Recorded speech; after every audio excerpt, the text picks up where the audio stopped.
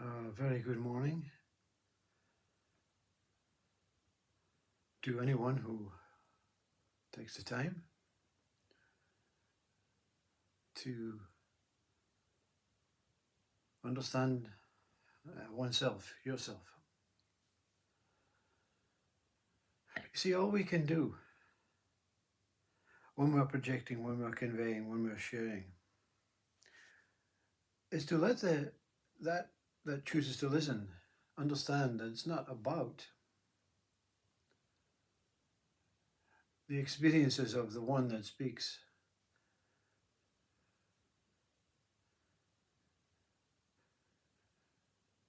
It is about individually appearing here in a unique way. And that unique way is genuine to yourself. And not, I don't think anyone, any human being that has ever been born has been able to completely be um, pure and unique. The ego, it was sent in um, just for fun and just to play games. I think this God was bored with everyone being so damn pure or close to pure. And many centuries ago, God says, I had enough of this, I'm quite boring, I want some excitement, some um, adrenaline. The screen has become um,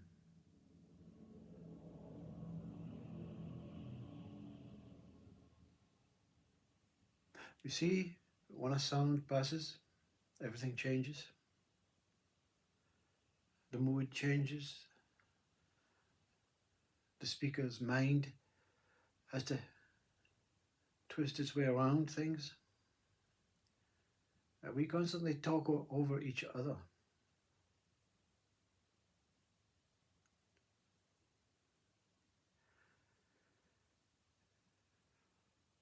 Of course, you want to know from an enlightened point of view what it's like, for whatever you see me as. It's your show, you see. Right now I'm a puppet. If you're looking and you're listening, I am a puppet on your show. You want some entertainment, information, you want some meditation, you want some excitement, you want some stories, you want whatever it is you want. You see, it's your show. That's why you have a mind of choice. You go onto YouTube and you flick through whatever is available, the suggested videos, and you say, oh, that one, that one, that one, that one. No one's exempt.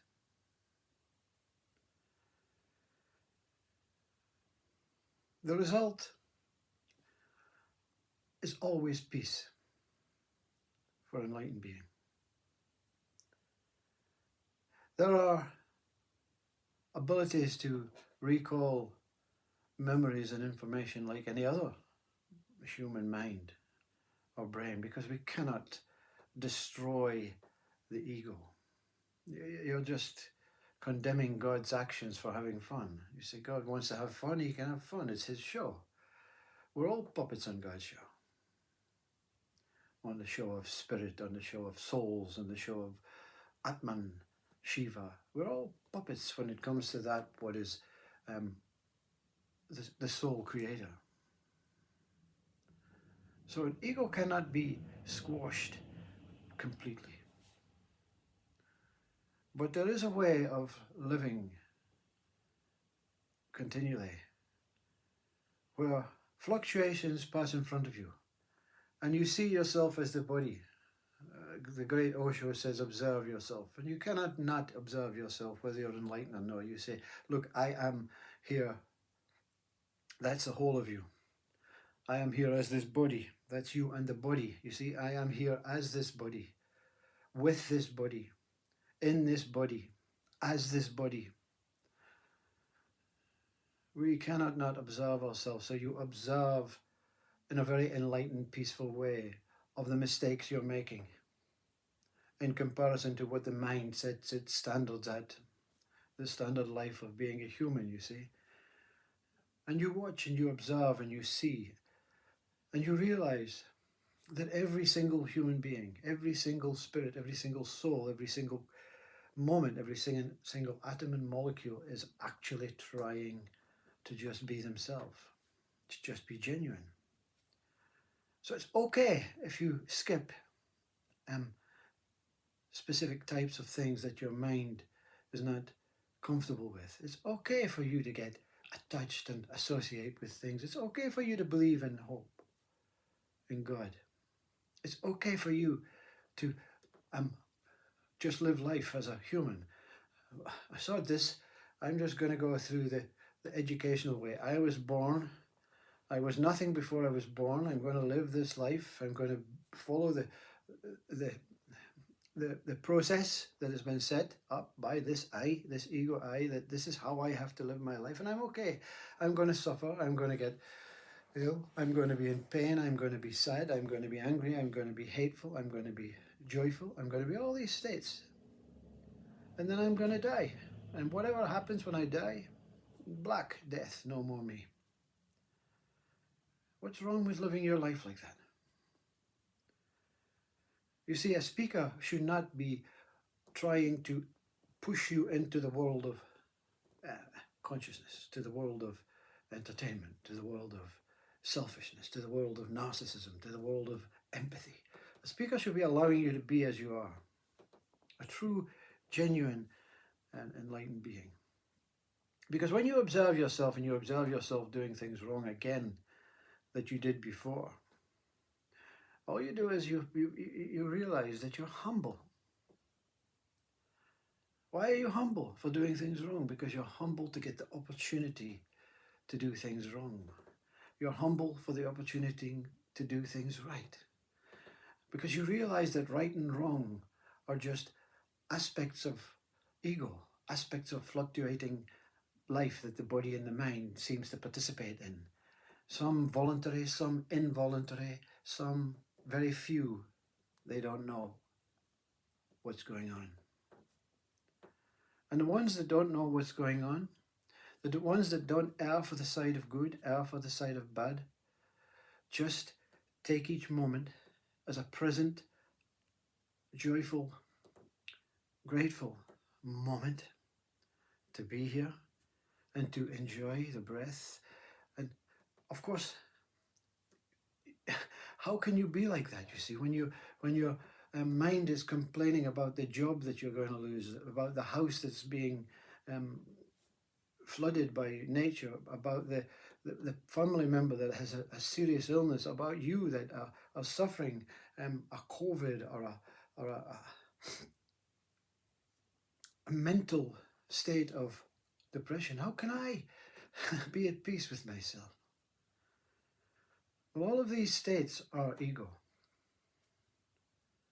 You be humble for these states.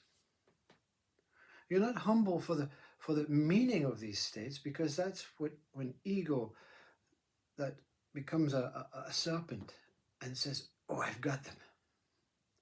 I've got this one. Because ego wants to devour. It wants to provide and devour. It thinks if I devour a bad guy, God's going to help. God, going to give me thumbs up. If I devour a good guy, I can change the aspects, change the goalposts and say, well, he really was a bad guy, God. So ego doesn't just stay in the good side or the bad side. Ego changes what it wants to get out of. It's a slippery snake that takes no responsibility, you know.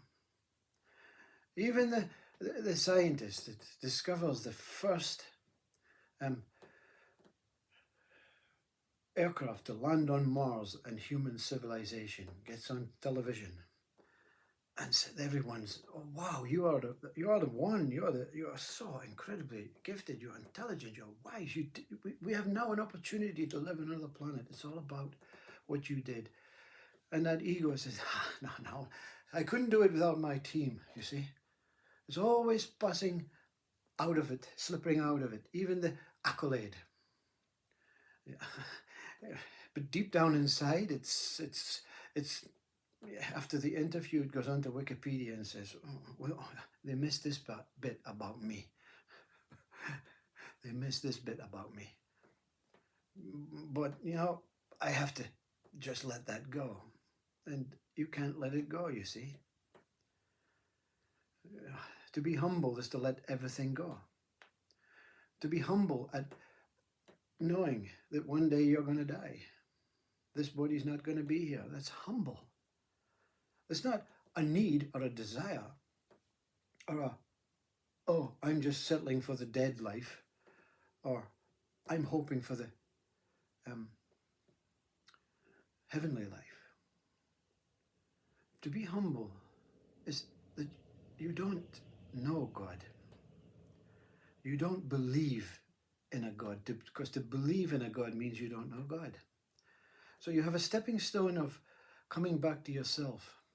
Do you believe in God? Yes. Do you believe in God? Wait a minute. How? I don't want to believe. I want to know. So you were searching for knowing. And to go searching for knowing, you have to go further back within. Because God's not out there. And God's in here. Out there. This is the way. You see, Christ says, through me, I is the way. But Christ points up there. But not from here to there. From here to there. In the invisible umbilical cord. So you don't no longer believe in God. You try and discover God. And in the discovering of God, we call it God. You can call it Sadguru, you can call it self, you can call it emptiness, you can call it consciousness. It's your show, you see. You can call it whatever you like. And in the discovery of God, God says, do you understand? Do you understand what you're here for? Do you understand why I gave you life? Do you understand about who or what I am? Do you understand that the ego was sent to stop,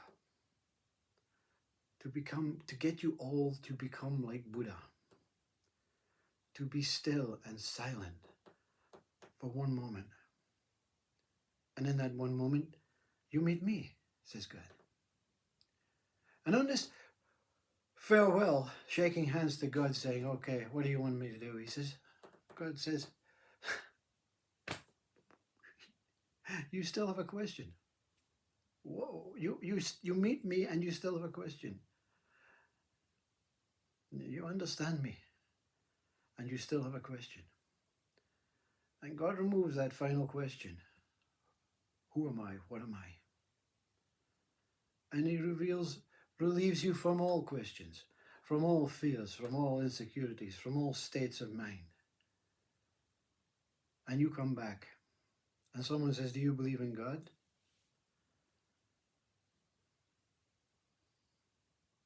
And you say, I don't know. Do you know God?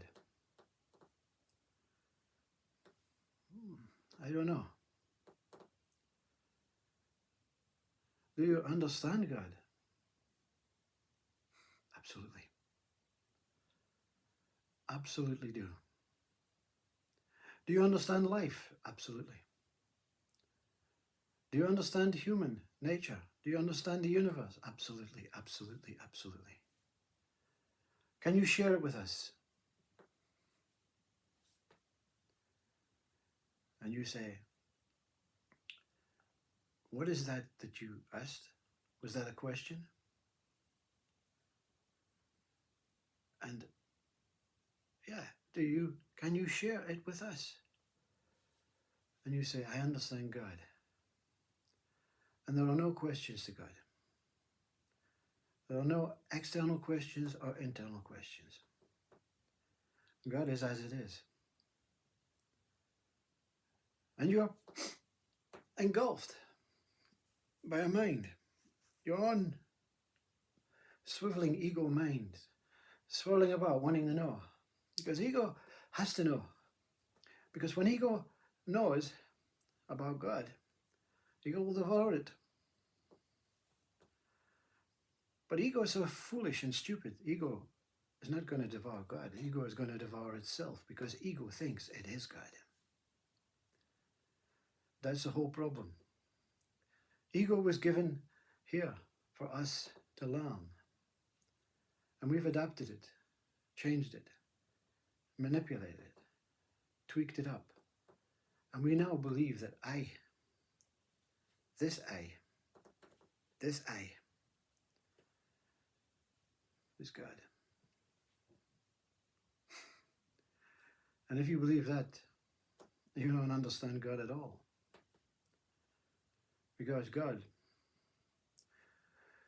is unquestionable and dubious and doubt and tarnished and you see, you're trying to share something that is unshareable. So you be humble. Be humble in your human person life, even if you believe I'm not going to take these one's words. That's the purpose behind this. Just don't listen to the speaker's words. Listen to yourself. In yourself, there's a voice calling. It's always been calling. Some voices are louder than others.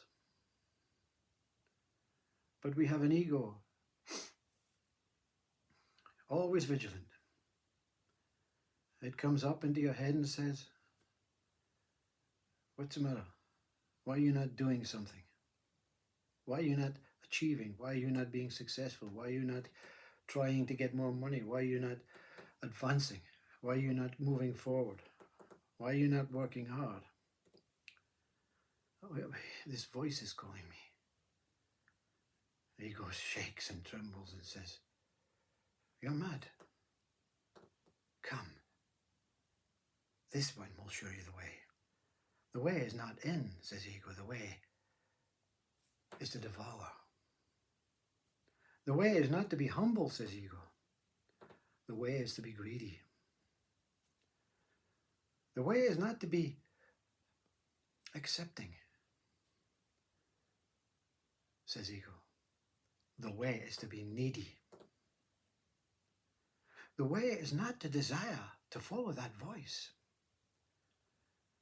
The way is to follow the mind of me, the person. This I,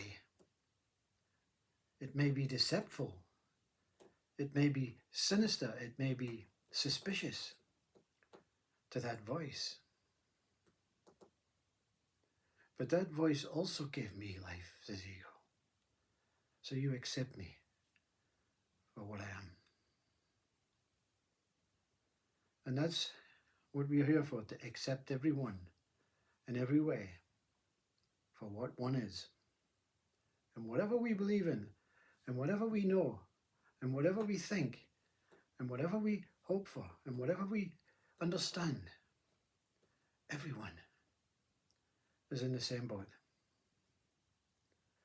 We just think that this boat is going to capsize. And if it does, it's going to fall into the consciousness that it made itself into.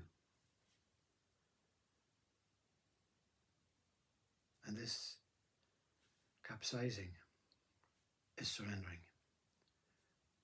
Let go of all the boats, all the thoughts, and surrender to the ocean of consciousness, of God. And just let life take you on the journey like the passing tractor. And in this journey,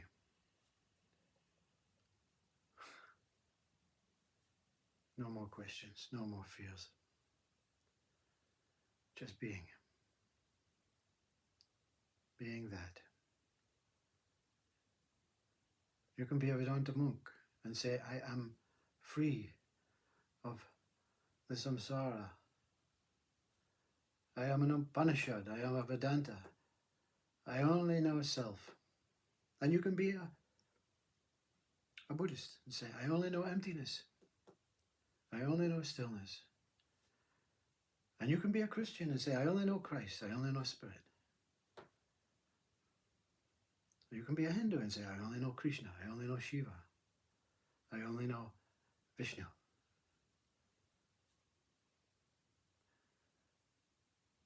Or you can be the most genuine to yourself and say, I don't know anything about these things, but I truly, truly understand God and what it is. Om Namaste.